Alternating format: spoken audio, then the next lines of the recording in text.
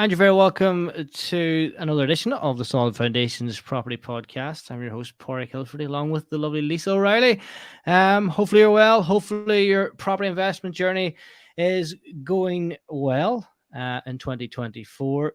And hopefully we got a huge response to our last podcast, Lisa, with Brendan Allen. But I think we might have stretched even further. Who have we got this month, Lisa? So this month we have a man called Kevin McDonnell. He's the fella I followed over from Ireland over to the UK to do my property training because I like the Irish accent. So I followed him over. So I learned everything no money down with this man, Kevin McDonnell. Hello, Kevin. How are you? Hi guys. Yeah, great to be on, and good to be doing a podcast back in Ireland as well. And I know it's worldwide, but it's kind of back in Ireland. So yeah, great to have you on, and great to catch up again with Lisa as well, and to meet you, Pork. Lovely to meet you, Kevin. Obviously have watched a lot of your content, heard a lot about you. But suppose the one factor is that the one thing I can't help you out with is Mayo, unfortunately, at the minute. We will do our best. We will try our best for you. We're just giving everybody else a chance. That's all. But Kevin, suppose for people that don't know you, or maybe the first time of hearing, myself and Lisa do know you. We're very familiar with you, but some of our listeners who don't know who Kevin McDonnell is, maybe give us a quick intro. Oh, wow. From Mayo, youngest of 8 kids, went to England 2002, so 22 years ago now. And just did normal job, working in a construction company in an office job, having finished at IT Sligo, and tried property, messed it all up, bought off-plan abroad like many of the Irish did in the 03, 4, 5 time. Lost money I didn't have, ended up in a big debt, and then I quit property in 2007 till about 2012. And then I realized that actually it wasn't really that property was bad, but more that I was just bad at it. And I decided to learn how to do property correctly. So I got myself trained and mentored and whatever. And then since 2013, probably the last 11 years, I've built up a property portfolio of 123 properties by next Friday, hopefully, because there's one about to complete. We've got about 350 tenants. I've got 15 odd different businesses around property investing now. A large portfolio, a lot of tenants, coach and mentor a lot of people. Lisa came over from Ireland a few years ago to meet me. So had a little part in helping her build what she's built in Ireland. But she's done all the work. I just give her a little bit of information. I wrote a book, Amazon bestselling, No Money Down, in 2018, which kind of blew me up. And then I've become known in the last sort of 3 or 4 years as the leading expert in the UK on creative property. And the good news for anyone listening to this in Ireland is the techniques work everywhere. Because they're not strategy, they're techniques. So they kind of work everywhere. If there's property, it'll work where you are. Yeah, amazing. Definitely. I've used some of those, yeah. So Kevin, just give us a bit of, so you work with PPN, Progressive Property. Yeah. And you train a load of people, and you do no money down. So just tell us a little bit about some of the strategies that you teach. Yeah. So Progressive Property, I went to them in 2013 as a student, and then 2017 when I built my business up, they asked me if I'd start teaching people what I was doing, because I started doing stuff that they didn't teach me, and that was a bit more creative. And I had to get very creative because I had no money. And I call it no money down, but actually it's creative property investing. The concept of no money down is buying property without money that you've earned in a job. So a lot of people on social media especially go, oh, you can't do no money down. And the irony is that they can't do their money down. Most people can't do property with their own money. So then they think, I can't do property. But if you stop looking internally and look externally, look at the world, the reality is the governments of the world printed trillions of pounds in the last few years, especially during the lockdown, trillions and trillions of pounds. And there's more money on the planet than there's ever been. Yet most people are poorer. And the reason they're poorer is simple. It's because they're focused on earned income in a job, pay rises, bonuses, overtime. And you will never, if you do the maths on your annual salary, and what you take home and what you can save after all your expenses, it is impossible. I challenge you. It's impossible to become wealthy from earning money from a job. So that means the only way to become wealthy is none of your earned money down. It's looking externally and getting money elsewhere. And quite often it's joint venture finance, private investor finance, or actually the money's in the house. So the house I've just moved into, my family home I've just moved to literally a week and a half ago, this was funded by the seller. So the seller funded my purchase, because some people need some money now, some people need all their money now, and some people need none of their money now. They just want their price. So no money down is a concept. It's a way of life of how you structure deals. And there's loads of different techniques: lease options, exchange-led completions, assisted sales, vendor finance, or seller financing, the way I did this one, and loads of different ways you can do property. And the reality is, if anybody wants to build a big property business, they are never going to do it with earned money in a job. They will only do it by thinking differently. And that's what the concept of no money down is all about. So say, for example, then, Kevin, vendor finance. We heard this term. Some people haven't heard this term. So give us an example, maybe if you could put some figures on it.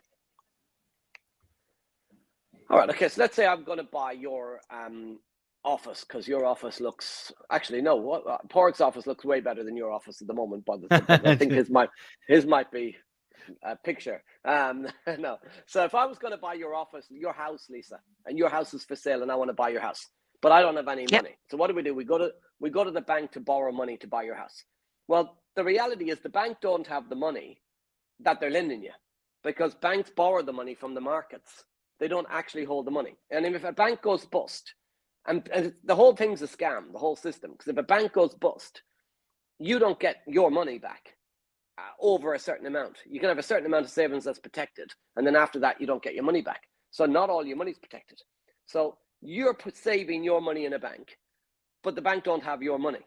And then you're borrowing money from the bank to buy a house. So you might put down 10, 20% deposit, your money, that you had held in a bank that didn't have your money, if you stay with me. And then you're borrowing 80 odd percent or 90% on a mortgage from a bank who doesn't have the money, because they don't have the money to lend you. They don't even have your money. The money is actually in the bricks and mortar. This is where money is. Right here in property, it's in bricks and mortar.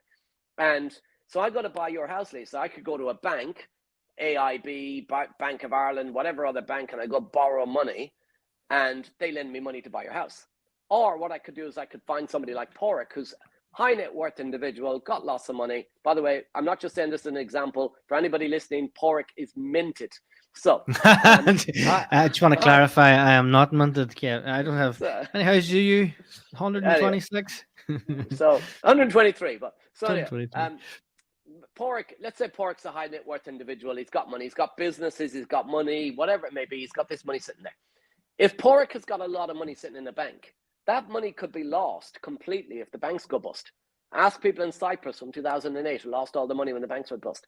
People that had money in England in Northern Rock lost all their money when Northern Rock went bust. So Porrick's got this money in the bank. He's got a bigger problem than you have if you've got no money, because he's got to get this money moving, except he's a busy professional. Because people have time, some people don't have the time. Some people have money, some people don't have the money, and anybody can gain the knowledge. So you can learn about how to do property, use your time, and then access Porrick's money. So I could go to the institution, AIB, Bank of Ireland, get money to buy Lisa's house. Or I could go to Porrick and I could borrow the money off Porrick. Okay? So I could say, Porrick, will you lend me 200 grand, 300 grand, whatever it is, to buy Lisa's house, and I'll pay you interest on that money. That's called private investor finance. Or I might joint venture with Porrick, where me and Porrick buy the deal together. So I've put in my time and knowledge to find the house, and Porrick puts his money in, and then we do a refurbishment, we get him his money back out of the deal, and we share 50-50 share of the deal and share the cash flow. But actually, I'll never earn the money to buy the house.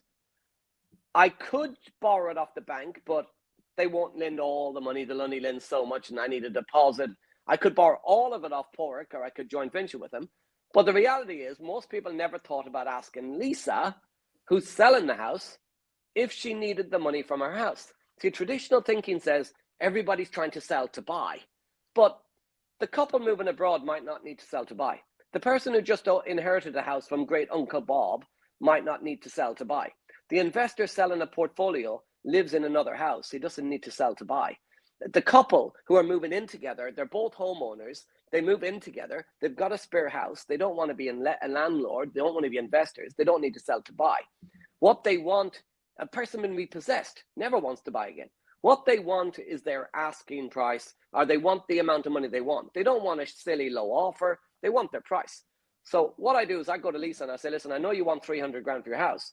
I can give you now 225. However, I don't want to. I prefer to give you the whole 300. Would you be willing to wait for some of the money? I'll give you 225 now, or I'll give you the 300 if you're willing to wait. Now, Lisa might have a property where her mortgage is 280 on a 300 grand house. She can't wait. There's not enough in it. But she might have no mortgage. If Lisa's got no mortgage, or even a 100 grand mortgage, when she sells this 300 grand house, she's got a 100 grand mortgage. She's got 200 grand of equity. But what's she going to do with that 200 grand? Leave it in a bank and make 0.0% interest on it? Or she could lend it to me. Because why do I have to borrow the money off Porrick to buy Lisa's house when I could borrow the money off Lisa to buy Lisa's house? And then Lisa lends the money to me at maybe 5, 6, 7% interest. And Lisa becomes my bank. The world has moved on from years ago when you just had to be getting money off a bank. We've got cryptocurrencies, we've got loads of different stuff. Private investor finance is a big thing. And many people want to get a better return on their money. So vendor finance, that was a long example of the difference between just normally buying off a loan from Porrick, or just getting Lisa to loan me the money. The seller could lend you the money, seller financing.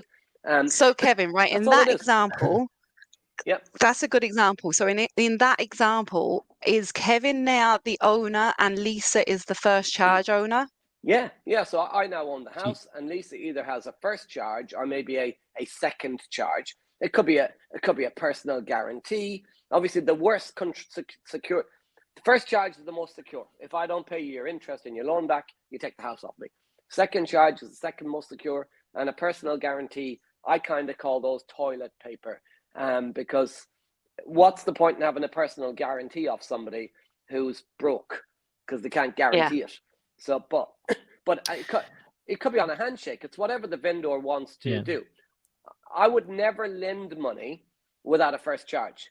I would borrow it on a handshake because I trust myself to pay it back. So it depends which side of the fence you are. But I would never lend it.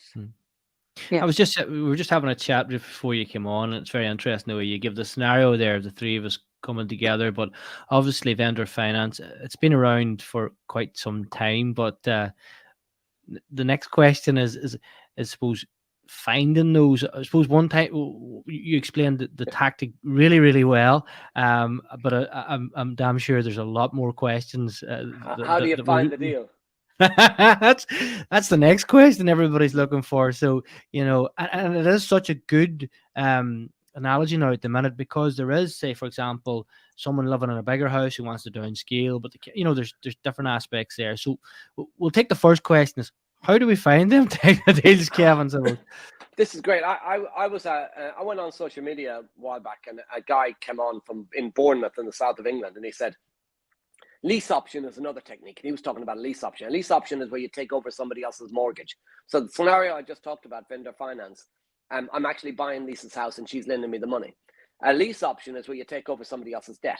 And we already understand this because you lease a car. Yeah, you pay an upfront payment of £1 or £1,000. You pay a monthly payment every month, and then you pay a final balloon payment. And we understand leasing cars and sofas and televisions and microwaves and washing machines. But why not a house? Because the government never told us we could do that, because the system doesn't teach you in school. But actually, you could lease a house on a lease option, and people go, well, but you don't own it. Well, if you buy it, you don't own it, because the bank have a mortgage on it. So why do I have to take out my own mortgage when I could control somebody else's mortgage and take on theirs? So this guy in Bournemouth says, I heard this Kevin McDonnell talking about these lease options. I can't find any of them advertised in Bournemouth. You won't see a lease option advertised. You won't see a vendor finance advertised. You won't see an assisted sale or an exchange with delayed completion or any of these techniques and the names I've given them and the world has given them advertised. They're disguised as a house for sale. You go on daft.ie or Rightmove here in the UK and you see a house for sale. You go to that property. Your strategy might be single let, buy to let, or your strategy is multiple.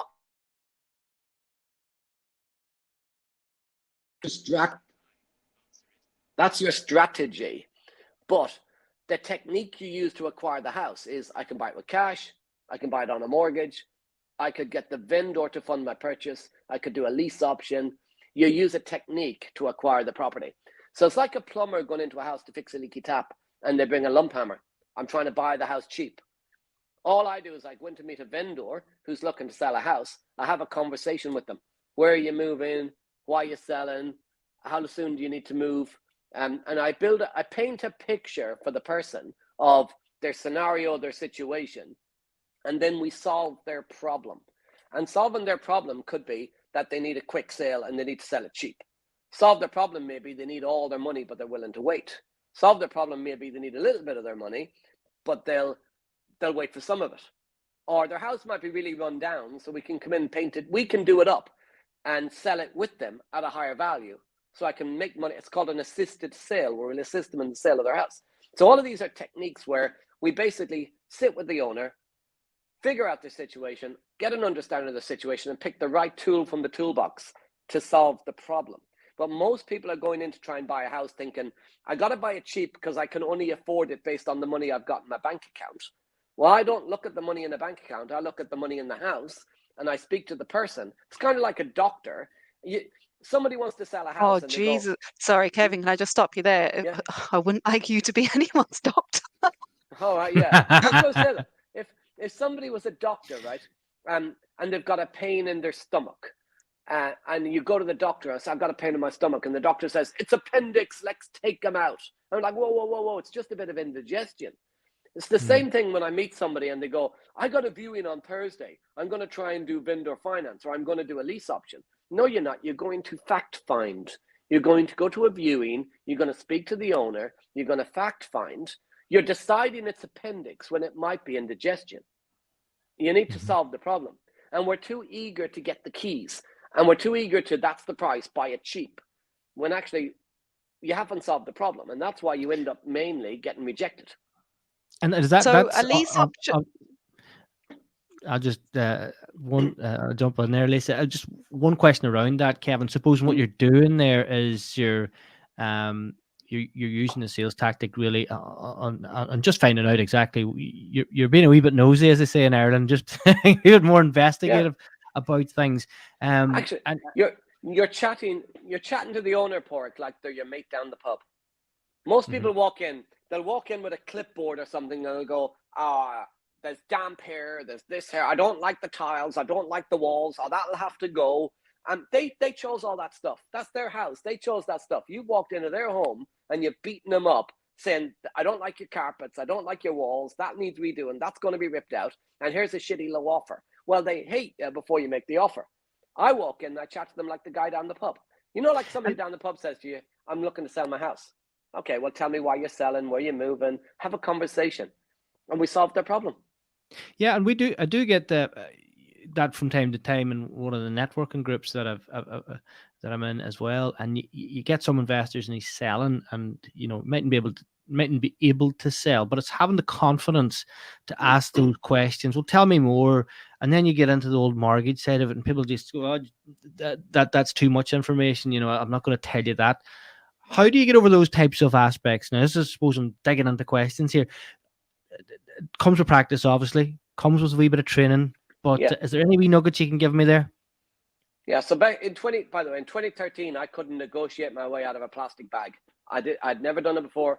I know I only look about 22. You probably can't see this on a podcast, but I couldn't negotiate my way out of a plastic bag. I was 35 years old. I had never negotiated a property deal in my life, apart from one that I just bought and was a disaster.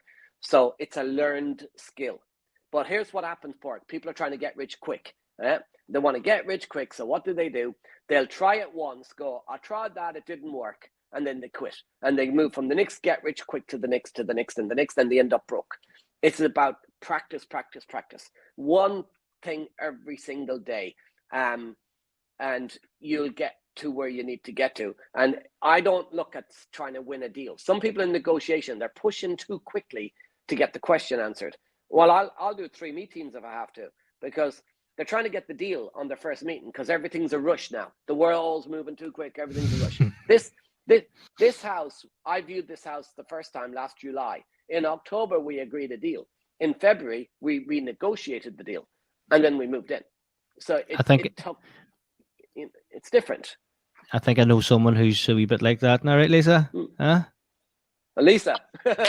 Yeah. We just had a chat. We had a chat about that yesterday. But that's good as well. That's good as well, because I got a lot of students, and Lisa came over from Ireland to the UK, and she literally wanted the results immediately. But that means sometimes you got to slow those people down. But actually, she went out and she smashed it. While other people, they got to get all their ducks in a row, and they never get started because they're procrastinating. And it's about the balance in between the two. So what I learned from your course, Kevin, was I did try a lease option, and I've actually just done a vendor finance, just done a 10-bed HMO there lately, and yeah, you really, it's about finding the motivated sellers. So I suppose where a lot of people are coming with this is they just wait for the house to go on the market with, just say, like the likes of D&G, Sherry Fitzgerald's, and then there's more. It's hard when the house is advertised with an estate agent, because it means that everybody knows it's for sale, and it's a pretty hot market at the moment. So there could be 3 or 4, and it's like a bidding war. So how can you get yourself in front of a vendor without having so much competition, so that you can explain some of these solutions? It's very easy to find the owner of a house. Very easy, especially as an Irish person, because we talk to everybody. It's like you knock on the neighbor's door, you speak to somebody in the pub who owns that house. It's easy to find the owner of a house. In England, there's loads of systems. You can go on land registry and you can download title deeds, and you can post letters. You post a letter in the mail. If they've got diverted post, it'll go to where they live. You'll find the owner. People come up with excuses. They don't even try. They go, oh, but nobody lives there. Right, so knock on the neighbor's door. Ask the guy in the pub. Ask somebody down the street. Go into the local supermarket. You'll find out who the owner of a house is by asking a few people. And you'll either make excuses or make money, but you ain't making both. It's one or the other, right? You'll find the owner. There's loads of ways to find the owner. If I said to somebody right now that people lack motivation. If I said to them, your whole family is in the middle of a lake, surrounded by sharks, and if you don't find the owner of that house by tomorrow morning, they're all going to get eaten by sharks. Oh, they'll find the owner then, but most people will give up a little bit of hard work for a year or two. So what you're saying, hard, Kevin, is spend the next 40 years working hard for somebody else. Yeah, so find a vacant property, basically, and go look for the owner of that vacant property. Just vacant. Yeah, it doesn't have to be vacant, but the vacant one's the hardest to find. The non-vacant one's easy. The owner, just knock on the door. They're probably behind the door. That's easy. The vacant one's the hard one. How do you find the owner? Knock on the door, but that's uncomfortable. But so is success. Success is uncomfortable. If you never leave your comfort zone, you'll never get truly comfortable. The irony of that is people stay in their comfort zone and never get financially comfortable. Can I just, I think there's a lot of, there's a lot of news about, the property crisis in Ireland and in the UK and Northern Ireland as well. But there's one fact, and it is a fact, that there's over 130,000 vacant properties there at the minute in Ireland. 130,000. That's the latest census that is taken back to 2022. I know they're trying to bring some of them back in, and the Irish government are doing things. In Northern Ireland, I think it's 25,000. So there's huge. There's so much, and the rhetoric is negative towards property and towards industry. Quite a lot, It will be, but people blame landlords for the housing crisis. The reality is the landlords don't need high house prices. The government do. Higher house prices means higher capital gains tax, higher stamp duty, and higher inheritance tax. Lower prices for a landlord and lower rents with lower mortgage payments means same profit. Yeah. The only reason the rents are high is because interest rates are high and house prices are high. If you brought down the interest rates, brought down the house prices, and brought down the rents, the profit would be the same, because the profit is rent minus mortgage. But if you move them all down, I don't, as an investor, I don't want high house prices. Why? I got to pay more for the next one. I want low house prices. And people blame landlords for a housing crisis. Well, there's hundreds and hundreds and hundreds of thousands of houses for sale in the UK, and owner-occupiers can't buy them. And most investors can't buy them, but because of interest rates and everything else. But the government, and you think about this, especially in the UK, I don't know what about Ireland specifically for this one, but in 2020 during the lockdown, inheritance tax, stamp duty, and capital gains tax, the government, when they should have been worrying about people losing lives, got rid of stamp duty to keep the housing market inflated, because they wanted to do a tax grab on capital gains tax and inheritance tax because the elderly were dying.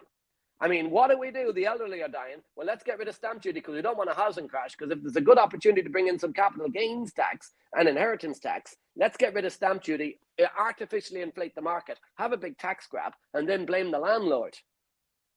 Yeah. Okay. So Kevin, right, in today's market, in Ireland anyway, prices are high. They're kind of they're staying high. They didn't really take a fall, even though we've had these interest rate increases. I suppose more so because we have this kind of housing crisis. So what do you think? Should we buy? Should we hold? Should we stop buying at the moment? What should we do right now in this current climate? Buy. Supply and demand. Buy. House prices are expensive. I've been in property 20 years. I thought house prices were expensive in 2002 in Grays in Essex in the UK when I moved over. And I bought in Bulgaria, Estonia, and Turkey off plan with a bit of a small down payment because it was too expensive in the UK. Those houses today are 4 to 5 times more expensive than what I thought was expensive at the time. 2007 crash in Ireland and the UK, the markets crashed because house prices were expensive. 2007's expensive is 2024's cheap. And 2024 is expensive. 2024 is expensive. If you chucked yourself in a time machine and went forward to 2050, 2024 is expensive, will be 2050's cheap. 2050, house prices will be higher. Why? Because wages always go up, right? Inflation always goes up. The cost of everything always goes up. Money devalues over time. Since they delinked gold from the fiat currency in 1972 or whatever the last one went in America, the dollar and a piece of gold were equal. Now the gold is about $2,500, $2,500 higher since 1972. Why? Because money devalues over time. Money sitting in a bank account, it devalues and devalues and devalues. And here's why you should buy property and buy debt, because the wealthiest people on this planet are the ones with the most good debt. The poorest are the ones trying to get out of debt. The wealthy are getting into debt. Why? Because the inflation erodes money. Inflation also erodes debt. I know that my properties, I owe 10 odd million quid to banks at the moment. But in 2050, 10 million quid won't be worth as much money as 10 million quid is today. In the year 2000, 10 million quid was like huge. Today, 10 million quid is not that much. In 2050, it won't be a lot at all because money devalues over time. And this is why most people are trying to save money and they're missing the fact it's getting eroded by inflation, when what they should be doing is acquiring good debt. And it will always go up. And my kids and your grandkids will benefit way more from it than we will, because it'll have burned so much by the next generation. But a wise man once said, invest in property. They're not building much more of it, or invest in land. They're also not building the property. So it's never a bad time to buy. Just to bring you back on a point, back on a point there, Kevin, you know, suppose I was one of those individuals back in 2004. I think I was 20, what age was it? 23 or 24. Then I bought a property, 100% mortgage, bought it in Sligo town. And you know, some of those areas haven't come out of that. There's still negative equity. Some of those areas, you know, and suppose what you're saying is buying with your investment hat on or your head on Yes. from that point of view. Yeah. So Because I spent 5 years in Sligo. I went to IT Sligo, so I spent 5 years there. So I was a blow-in. I was an amateur in 2003, 4, 5, same as you. And what happened was I bought stuff that's still in negative equity, but a professional buys value. There's never a bad time to buy, so long as you know what you're doing. And the problem is most people speculate. I'll give you an example, Port. Bitcoin. It happens with everything. Bitcoin goes crazy, right? Bitcoin's worth nothing. Bitcoin goes crazy. Warren Buffett once said, if a taxi driver in New York tells you which stock to buy, sell. Too late. Bitcoin, as soon as the media get hold of it, media go, oh, Bitcoin, this is the big thing. So everybody piles into Bitcoin and the price tanks. Why? Because all the professionals sold the amateurs getting in. And then it dropped back down to 13 grand. This happened 2020 when everybody started getting into it. It dropped back down to 13 grand because all the amateurs, the get rich quickers, they all panicked, sold again. All the professionals bought back in at 13 grand. Now it's gone back up again. Once it hit about 35 grand, all the amateurs started piling in again to try and ride the gravy train up. And now it's gonna crash again, and they'll all get caught again, because there's a saying as well that you see who's been swimming with the sharks when the tide goes out, because they never valued the education of understanding what to do, and they hop on at the wrong time. But there's not the right or wrong time to buy property. There's just the right property to buy at any time. So, Kevin, you taught us well when it comes to raising private investor money, private lenders. So, what about those time poor, cash rich people with money sitting in their bank who doesn't necessarily want to become a landlord themselves? Because, there are lots of duties, especially in Ireland, when it comes to being a landlord. So, for those people who have a lot of money sitting in their bank, and they're obviously not earning any interest on it, loaning out to the likes of, say, these property investors, is that risky? And should people be doing that? What's your suggestions on this? So it depends. Is it risky? Some people have time and some people have money. Both of them need knowledge, because the person with the money needs the knowledge of understanding what they're doing with their money. So like somebody could give Joe Bloggs 200 grand, but how do they know that Joe Bloggs is the right person to give the 200 grand to? Because they don't know what a good deal is. So even if you're going to lend your money, you should still know what a deal is. You should still understand the deal. You might not have the time to find the deal. You might have not the time to refurb the deal, but you should at least make the time to understand what a deal is. Because otherwise, what do you know? Majority of people on this planet, the reason they don't become wealthy and they've all earned money is because they give their money to somebody else. A broker, a financial broker, the stocks and shares broker who manages your money until you're broke, the broker. Because most people rely on somebody else to give them a return and never learned how to do it. Outside of that, if you've got money in the bank, you're a crazy person to leave it in the bank because it's getting destroyed by inflation. You're sitting there. I've got a saying, money, when you hoard it, it's like shit. Yeah, it stinks. But when you spread it round, it grows. You got to spread it round. So a person with money should be spreading their damn money around and letting it grow. You'll get a better return on your money if you lend it to somebody. But you don't lend it on a handshake. You don't lend it. Oh, Kevin McDonnell said I should lend my money. So I lent my money to some bloke that I met at a networking event. Can't remember their surname. He promised me that he'd give it back to me. I don't have any contract. No, I didn't say that. I said, know what you are doing. Lend your money in the right way. You'd be crazy to keep your money in a bank account. It's getting burned by inflation.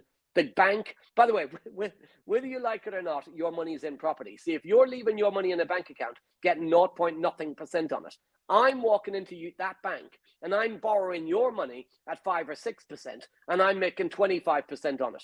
So why don't you make the 25% on it? Why don't you lend it to somebody who's in property? Lisa's in property. Why don't you lend it to Lisa? Give her the money, but give it on a proper first charge contract, joint venture with her, whatever it may be, and get the 20 to 25% or the 10% plus minimum. But don't leave it in the bank getting 0 point nothing. So some property investor comes along and borrows it at 5 or 6% and makes the 20% on it themselves. Your money is in property whether you like it or not. Yeah, but maybe it's time that you come into property as well. I'm not talking to you, Lisa and Pork. I'm talking to the world that's listening to this. Whether you like it or not, your money is in bricks and mortar. It ain't in the bank account. So should you put your money into property? Irony is your money is already in property. It's just that you're not. And one last thing I want to tell the listeners as well. I know, Porrick, you're looking to get off now, but I just want to tell the listeners something you taught me, Kevin, about good debt and bad debt. So when I started coming to Progressive, I always had this really decent car. It would always be, I'd always spend big money on a car. Every 2 or 3 years, it was like 50 grand car, 60 grand, whatever it was. Every 2 years, I'd upgrade. And you said to me, Lisa, sell the car, get your 50 grand back, put it towards a property, and then use the profits use it as a down payment towards a property or a refurb or whatever it is for a property, and then use the money from the house to then lease a car back and use that as lease payment. And that's exactly what I did. I sold at the time, I think it was an Audi Q5. I got 45 grand back for it, and that's exactly what I did. And now I've got a better car, but it's actually purchased through a lease option. So a depreciating asset is purchased is not purchased. I don't actually own it. I'm using it from the proceeds or the profit from a house that I do own that will go up in value in the long term. So that was a nugget from yourself there, Kevin, about 2 years ago. Poor people spend their money buying depreciating assets. Wealthy people buy an asset to pay for the asset, to pay for the depreciating one. I get people on social media come to me and they go, "Oh, he doesn't even own his car. I checked it out. It's a lease car." Yeah, because poor people buy cars. Poor people buy cars. Wealthy people, we buy a property and we lease the car. And what is it, a Porsche? Like, it's a couple £100 a month for the repayments, or maybe more. But even still, to raise that, Kevin, there's so much knowledge there. It's frightening, I suppose. What we get a lot of new listeners to our podcast, and I suppose the Irish property podcast scene isn't massive. So Solid Foundations is probably, let's say, the first. Is it, Lisa? The first. So one of the first, yeah. So for people kind of going, right, I need to take a step here. What's your first thing for them to do? Depends what they want to do. If they want to invest in property deals, find trustworthy people who they can invest with. I can vouch for people like Lisa, Porrick. If you're working with Lisa, I'll vouch for you too, because I don't know you that well. Thank you. But even if I vouch for you guys, here's what I would do. Anybody who's lending money, I wouldn't lend money to my granny unless I had a proper contract. So even so, you still have the contract, all that stuff. Outside of that, if you want to learn about property, then reach out and learn off somebody about how to do property. I coach people, I mentor people, follow me on social media. I do videos all the time. Watch them. Just watch podcasts, listen to podcasts, read YouTubes. There's loads of free content out there. You don't have to go straight in and get a mentorship with somebody. There's loads of free content. Learn a little bit about it. Figure out if actually property is something you want to do. And then if it is something you want to do, get yourself a mentor. But you can figure out whether you actually want to do property or not just from free content. And if you decide you don't do something else. Don't rely on the job. But if you decide you do, then there's two choices. You do it with somebody else where you use your money and their knowledge, or you gain the knowledge and then you access the money. There's just two routes, but it comes from a decision. Anybody can do it. What most people don't do is make the decision, because is property easy? No. What's easy? It's easier to not bother trying. That's all. I completely agree with you. It's, you see a lot of people go to some of these training courses and they're not doing anything because it's easy not to do anything. It's easy not to put yourself out there, sending out 100 letters through letterboxes to try and get the deals, or, social media kind of. So I suppose, look, I came over. The biggest thing that I learned from you, Kevin, was that putting myself out there on social media. Before, I wouldn't have shared anything on social media. And I was really you would no, if you want to do this full time, you do have to put yourself out there. And it was something that I had to start doing. So I started kind of really focusing on LinkedIn and Facebook and doing lives and videos and posts. And it was really out of my comfort zone. But it would have been so much easier not to do it. Now, I have to say that sometimes I getting myself in a place where I'm like, I just can't be bothered to go on social media anymore. And it's the first thing that I would do is I would stop it. But as soon as you stop that type of stuff, deals are not coming your way, the finance is not coming your way, and it does all dry up. So it's all about like not necessarily who you know, it's who knows you, and I learned that. I definitely learned that from yourself. Awesome. No, I know as well. I've been 45 odd minutes late for this because I've been had a busy day, and so I'm happy. Obviously, Pork needs to get away. I can come on do another episode of one of these sometime in the future if you like. A longer edition, a shorter edition, break it into whatever. I just like talking about property. So Yeah, no, there's no kicking at the door at the minute. They're looking for me to go to soccer, so I'm hoping they're away. No, Someone that's else so. would have to bring them. Someone's gonna have to bring them, but anyway, it's as I say, you have such a busy time as well, moving house. So we really appreciate your time, Kevin, and it's always good to connect with the Irish in England. And as I say, bringing you back to that journey. Suppose you're back in the UK since 2002, roughly, was it? Yeah, and 2000 May to the 14th of May 2002. I'll never forget it. And was it the construction aspect that got you thinking about property, or what was it really that set the scene? It was, I moved from, I got a job. A friend of mine was home from London one weekend in Swinford in Mayo and said, I can get you a job in London if you want a job in London. Because I was a bit annoyed. I won't say with who, of the job I was in. It was a bit like, I didn't really like the job. I was making concrete cubes. Great company, but shit job. So I thought, they said I'd get you a job in London. And I thought, no, I just said in the pub, yeah, whatever. And then about a month later, they said, I got you an interview. And I'm like, I was fucking, it was a passing. So I thought, I'll do the interview. Then I did the interview and I got the job. And then I went, oh, fucking hell. So anyway, apologies for the Irish, slipped out, but I'm on an Irish podcast again. Yeah. So I moved to England and I told them I didn't really want the job. So I said, well, I'm not really going to take it because I don't know where to stay. And they said, well, we'll put you up on accommodation.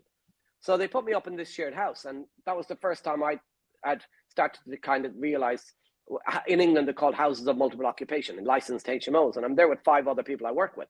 But one of them was a lad called William from South Africa. I was about to give you a surname, but I won't. Potter. Oh, too late. William was in the house, and William was buying property in South Africa. So he had come from South Africa to London. He had bought 6 properties in South Africa with the money he was making in London. And he got me interested in property. But unfortunately, in my silly brain, he was buying property abroad. So I decided to buy property abroad. So I bought in Turkey, Bulgaria, and Estonia, except he was South African buying in South Africa. I was Irish buying in places I didn't understand, signing contracts I couldn't read. So that was my first introduction to property. I guess if I never met him, I'd never have lost all that money. But if I never lost all that money, I'd never have had to learn how to be creative, which means I'd never have learned how to do no money down.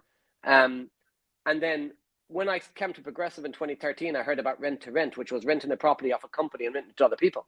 I now rent rooms out to companies in houses I don't even own, where their staff live in them like I used to live in one 20 years ago.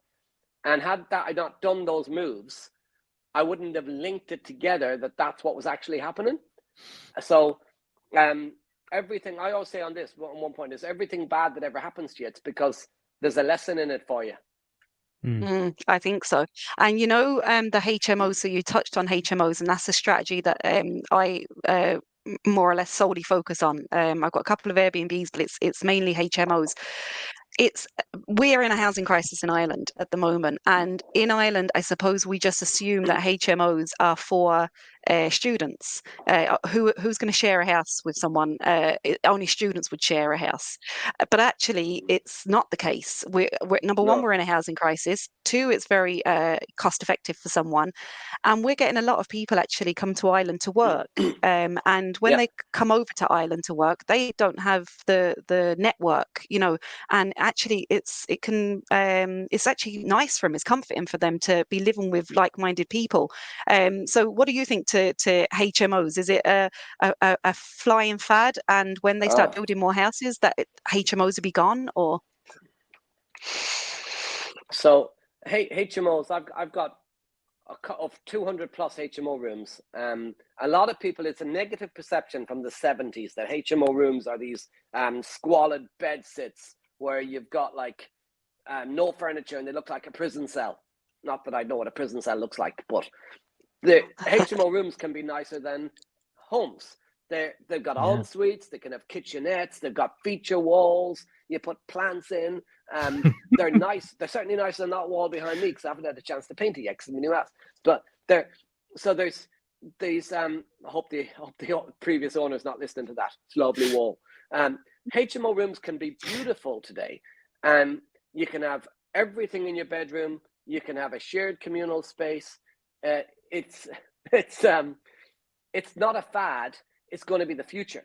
And people that don't like the word HMO because it's got this negative connotation, so they call it co-living now in the UK, which is just a HMO, but it's a posh name for a HMO. Co-living spaces, whatever you want to call it. It's not a fad. It's going to be bigger and bigger and bigger. People are going to move to smaller and smaller and smaller sizes of accommodation over the future. And HMO rooms are here to stay. And so long as you provide nice quality accommodation, you'll always have tenants. Yeah, Yeah. I just finished one last week. The interior designer was in, you know, and I was That's going, it. when I was a student, I never lived in anything like this, you know. Yeah, I tried it actually. I tried when Yeah. I first started doing HMOs, I didn't put much money into them. I assumed that it's only going to be kind of like blue collar workers, not going to get much money for the room, so I didn't put much money into them. And lo and behold, yes, I didn't get much like I'm getting guaranteed rent from my corporate clients, but yeah, I'm not getting as much. And then the last couple, I've decided to go more higher end, and yeah, like it's easier to fill the room. I've got less voids, and I'm getting a lot more than what I would get, say, for a a lower end one. So yeah, I think the trick is to go more higher end. Pork, I've got a question for you. You just said you had your interior designer in, yeah? Yeah, that's right. Did you get an interior designer for your own home? No, but No. not yet. No. No. We Neither did. have We, I. I tell you one of the reasons why, because of the network. One of the one of the guys who are partners with us, and they was giving out, you know, some figures around, you know, the rental aspect you can achieve higher with as Lisa was pointing out. And I just thought, you know, if we're going to do it, let's do it right. You know, it's my first one, and to be fair, it was a stretch because it wasn't really in the budget. It was kind of an afterthought, really. And you're going, okay, all those little details. You know, I don't have that personal touch, you know. So, and I think, you know, if you start off the way you mean to go on with things, look, definitely it helps with management and actual maintenance down the line if you do it right. But the interior design aspect of it, you know, I was blown away by some of the, you know, the flip prices and even the rental yields that people were getting because they actually cared a little bit more and a little bit more creative, as you were saying, Kevin. Yeah. But here's the thing: people have a go at landlords, and like there's rogue landlords. Don't get me wrong, but there's rogue car dealers, there's rogue shopkeepers, there's rogue plumbers and rogue electricians. Of course, there's rogue landlords, but there's also good landlords. And landlords get a bad name all the time, and it really pisses me off because there's the rogue landlord and there's a good landlord. And those that do interior design, we don't interior design our own homes, but we interior design the tenant's house. They live in better many of my students' tenants live in nicer houses than the students. Many of my tenants live in nicer properties because they live in they're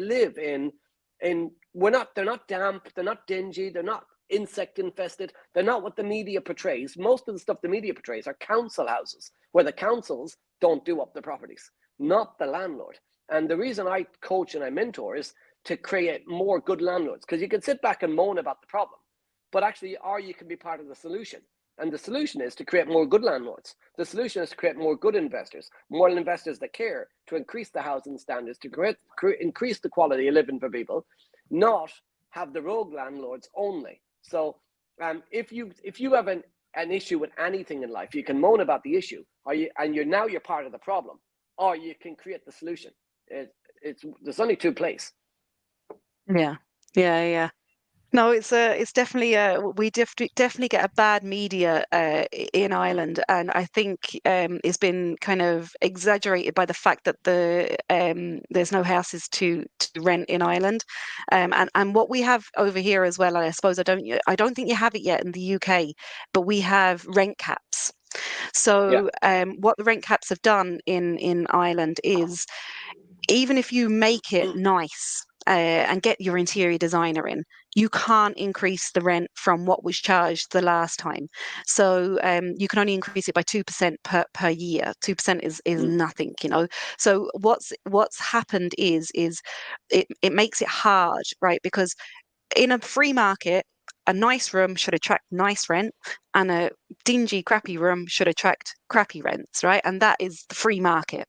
But because of these rent caps and because of all the regulations in Ireland, a crappy, dingy house could actually achieve higher rents if it's never been rented before, because they can set the new market rate at the brand new rate.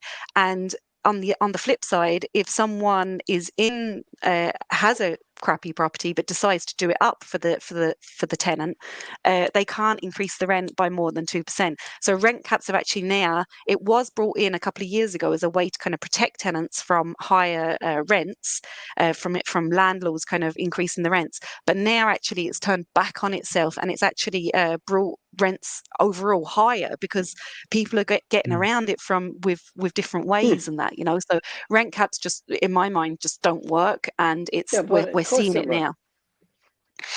But they did. It's ridiculous. They tried it slightly.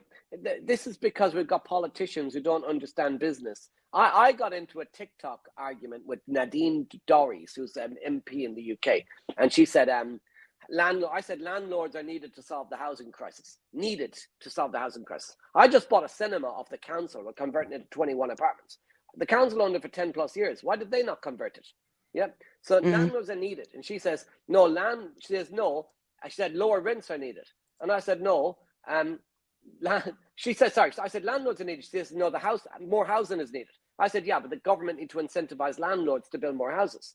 Landlords and investors to build more houses. And she said, no, landlords need to reduce rents. And I said, well, the bit I said earlier is landlords would be happy with reduced rents if the house prices were less and the interest rates were less. And then she said, I said, the government are charging a fortune on capital gains, etc. I listed a bunch of taxes. And she says, you have the opinion that a government is meant to make money when actually it makes a loss. And I said, well, actually, a government should be run like a business and should make a profit. And it's mismanagement of government is the reason it doesn't make a profit. Now, I know the Irish government makes a profit. It's even worse over here, guys, by the way, because corporation tax is 25%. In Ireland, it's 12%. They could say, oh, well, corporation tax go higher, you'll solve the problem. Well, the problem's worse. 12% corporation tax, it doesn't matter what the tax is in either country. What matters is the government not understanding what they're doing, because they don't understand what they do is they bring in these laws to try and have Fine Gael beat Fianna Fáil, and it's all a voting match to see who wins a vote. And they've gone so far away from actually solving the problem that the problem gets bigger. So they bring rent caps in. They're never going to work. They brought it in Scotland, rent caps. And it was slightly different in Ireland. It was if you were living in a house, you weren't allowed to increase the rent or that a little amount. So now, but if you had an empty one, you could set the rent wherever you liked. So not only now were the landlord setting a higher rent for the empty one, the tenant that wanted to leave a tenanted property couldn't leave. Let's say a boyfriend and girlfriend decide to separate. They'll live together in a rented property for 400 quid a month because they can't afford to leave it because the rent for the similar property is 700 a month. So they'll stay where they were because there's no rent cap. The rent cap was only on the tenanted one. And it created a major rent rise in Scotland. Ridiculous. So the government create this solution to win a vote, and then they don't understand the impact of the solution, and it all goes to shit. So yeah, Kevin for the government. Kevin will be running the local Grays Council. I would never be in politics. I'd never go into politics because they're stupid. But you'd never win. You'll never win. You can moan about it all you like. You'll never win. And if you're moaning about the government, I want the government to change. I want the Prime Minister to change, or the Taoiseach to change, or what? If this changes, I'll be better off, or if that changes, I'll be better off. No, if you change, you'll be better off. The change you want to see has to come from within. You need to be the change that you want to see. It's not going to change unless you be the change you want to see. No government will change it for you. No neighbor, no boss, no nothing. You got to take control of your own financial future. Love it, Kevin. Love it. That's a fantastic way to end today's podcast. You need to be your own change, and that is so true. Kevin McDonnell, it's been a fascinating hour or so talk. We could talk for another hour, couldn't we, Lisa? Yeah, definitely. But I know you got to get off for it. That soccer camp is not going to wait for anyone. Soccer and Gaelic tomorrow, hopefully, so it's all fun. Yeah. Listen, Kevin, thanks a million for coming on, and we would really love for you to come back on again another day, and I'd be able to grill you maybe on some other strategies that you do. So if that'd be something you'd be interested in, we'd love to have you back on at some stage. That's perfect. No worries. Appreciate you coming on. I've really enjoyed it. I'd talk about this stuff forever. Thank you both. Thanks, Kevin.